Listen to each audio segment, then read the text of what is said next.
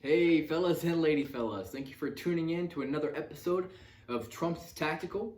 Today we are going to go into a gun cleaning of the HK's VP9SK that I own. So to start, I've already got the magazine out of it, checked my chamber, nothing in there, no brass, so we are safe to go. So while I got it in the rearward locked position, from locking it on these sides, I'm going to go ahead and bust down this takedown lever right here. It's on the side. I don't know if it's hard for you guys to see, but there's your little lever right there. Then I'm going to drop the magazine release. And I'm going to hold the slide because if I don't, it could shoot off. Here's an example. Do not try that at home. Take off my spring. Take off my barrel. And all you're going to do to start is we're going to take this cleaning solution. I like to use Hops Elite. There's lots and lots of gun cleaning gear out there. I prefer this. It's a little bit better stuff. Honestly, I don't really go out of my norm too much as far as what I buy for cleaning supplies until I find something that just is obviously better. But for now, this is stuff that does what I need it to do, and it works great, and I haven't seen any real defects on my firearms from using it. So essentially, after I spray this down really good, I'm going to take a brush. You got two ends usually. You got a little finer end to get in this little crevices, and then you got your big one just for the basic maintenance of it. And you're going to scrub everything down in here. You're going to scrub on the inward portion of the slide, down in all these little gears. Try to get as best as you can down in this recess in here. Get around where the barrel opens up and your recoil spring. And you definitely want to get these portions on the edge here. And that's because that's where all your movement is going to. Is on these edges of your slide. So once we have that cleaned out, we can come over here to the barrel. I spray my barrel down. Wipe it down real good. You can either get a bore snake. I do have one. I just don't have it with me right now. It's pretty much just a long cloth that you just run through the barrel. Works great. I definitely recommend them. Like 10 bucks at Walmart. Totally worth it. In this case right here, I have just a cleaning rod with the cleaning brush. So all I would do was I would take my little wire cleaning brush over here. See if I can be better if I contrast it in the white. Here we go. That's my cleaning brush right there. I'm going to attach it to this rod right here. And in this situation, just go ahead and screw it on real quick. And once we have it on there, we would just go ahead and run it through the barrel. And you're going to run it all the way through the barrel, coming back out, and repeat the process. You do not put it through and pull back. You want to keep on going along with the rifling, and the rifling goes one way because you only shoot a bullet out of it one way. So after you've done that, if I use a wire brush 2 or 3 times, that's really all you need. A bore snake, usually about 1 time through, is efficient enough. After you got your barrel clean, come over to the spring itself. I like to soak it down really good because you can get a lot of debris in here, and I like to just really get down into the nice gritty portions because I never, at least to this point, have had a hang up. But I also am very meticulous when it comes to cleaning my firearm because that can be the difference between a jam, and if it jams up whenever I need it the most, it defeats the purpose of having it in the first place. So I'll scrub it down real good, get some lube on there.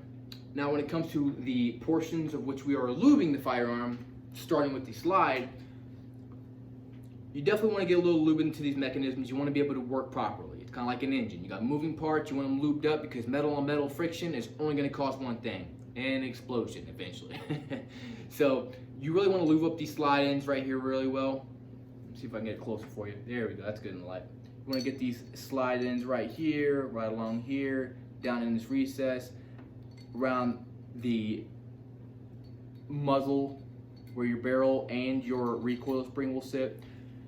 Be very generous with your lube. Over lubing it can cause it to spray out, on top of the fact that it can cause too much movement, and we don't exactly want that. So be liberal when it comes to your lubing.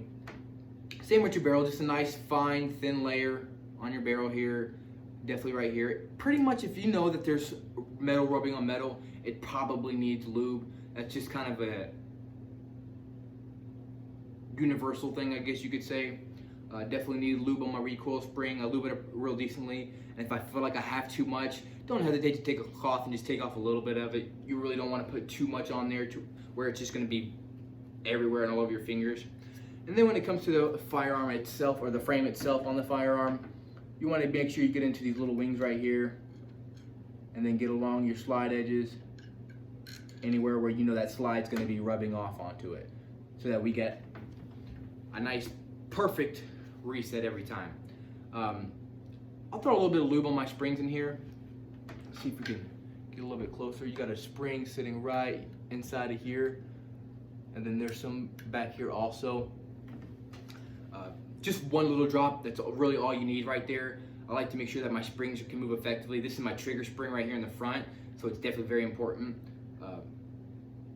The trigger right here, I don't know if you're really supposed to. I do it as far as putting a little bit of lube right here on my trigger portion, because I know it rubs right there a little bit. On my paddle release, I'll put a little bit of lube. My magazine release, and then go ahead and give it a good once over. Make sure I didn't over lube anything or just forgot anything in general. And then we just go ahead and put it back together, starting barrel first. Throw that bad boy in there, make sure it's locked into place. Throw my spring in next, and at that point she's ready to be reset onto the pistol. So we're going to put it back in the slide lock position, drop my lever, and now she's ready to go. And that's the gun portion of it. Now to the magazine portion, most of your magazines are generally the same as far as breakdown. Something you got to be considerate of is the spring inside. It's a very powerful spring. That's what shoots your ammunition up into your slide and gets you ready for that next round. So you got to be careful with that spring. With the spring, you take usually a rod depending on how big the hole is. This one's pretty big, so I could use a number of things. In this case, I just got my little cleaning rod right here. I'm going to push down. Make sure I get close enough so you guys can see. I'm gonna push down right here, and as I'm pushing over it, I'm gonna try to keep on moving my thumb forward. So now that I got it disengaged, as I push forward, I can pull with this hand and move my thumb at the same time. Kind of like the old Indiana Jones, when you're swiping one thing and dropping another thing on top of it, and then slowly release the spring. And for the spring, make sure you're watching how it comes back out. Usually it only goes back in one way anyways, but be careful how you're putting it back in there. You don't want to jam, break, bust anything on your nice little piece.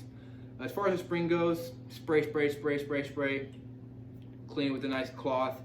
You don't have to lube your springs. I do, just for the integrity of the metal. I don't want them to ever rust, and having a little bit of oil on it prevents that from happening. So I would recommend you oil up your springs liberally, just tiny bits, not too much, nothing too crazy. And then scrub the inside of your mags very good.